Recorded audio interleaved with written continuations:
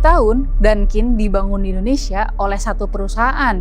Tapi tiba-tiba mereknya pindah ke perusahaan lain. Lalu muncul brand baru bernama D2 Donuts.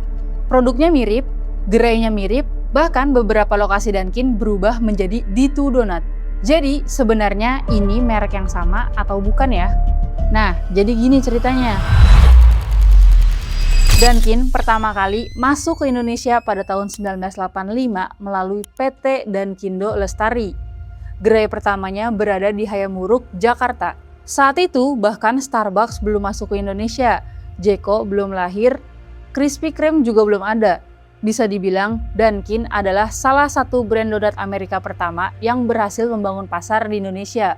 Selama puluhan tahun, masyarakat Indonesia mengenal Dunkin sebagai toko donat. Tapi menariknya di Amerika sendiri, Dunkin sebenarnya sudah lama bertransformasi menjadi bisnis kopi. Pada tahun 2018, Dunkin Donut resmi menghapus kata donat dari identitas mereknya dan berubah menjadi Dunkin.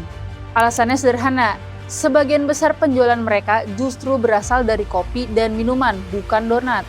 Karena itu, Dunkin ingin dikenal sebagai perusahaan minuman dan kopi, bukan sekedar toko donat. Namun, cerita yang menarik justru terjadi di Indonesia. Setelah hampir 40 tahun dipegang oleh PT Dunkindo Lestari, pada tahun 2025, hak master franchise Dunkin Indonesia resmi berpindah tangan. Pemilik merek global Dunkin, yaitu Inspire Brands, menunjuk perusahaan baru bernama PT Diamond Donut International atau DDI sebagai pemegang master franchise baru di Indonesia. DDI sendiri didirikan oleh Kelvin Subowo yang juga dikenal sebagai founder dan CEO Dailyco.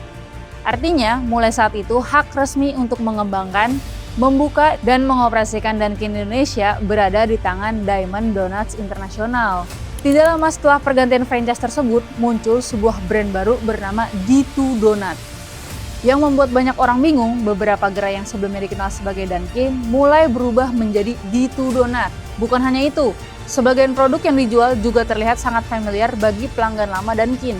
Karena itulah banyak orang yang mengira D2 Donut hanyalah rebranding dari Dunkin. Padahal sebenarnya tidak. Dunkin tetap ada dan D2 Donuts juga ada. Keduanya adalah brand yang berbeda. Sampai saat ini tidak ada pernyataan resmi yang menyebut D2 Donuts adalah rebranding Dunkin. Namun, kemunculan D2 Donuts yang berdekatan dengan pergantian franchise tersebut memunculkan banyak spekulasi. Salah satunya, D2 Donuts diduga memiliki keterkaitan dengan operator lama Dunkin Indonesia.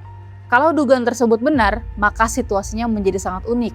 Di satu sisi ada Dunkin, mereka memiliki hak merek resmi global, didukung oleh Inspire Brands dan kini dijalankan oleh Diamond Donuts International. Di sisi lain ada D2 Donuts, brand baru yang muncul setelah transisi tersebut dan banyak diasosiasikan dengan operasional Dunkin versi lama. Jadi kalau kalian bertanya, Dunkin masih ada nggak sih di Indonesia? Jawabannya masih ada. Bahkan saat ini Dunkin sedang membuka gerai baru dan melakukan ekspansi di bawah pengelola baru. Sedangkan D2 Donuts juga terus beroperasi dengan identitas mereknya sendiri.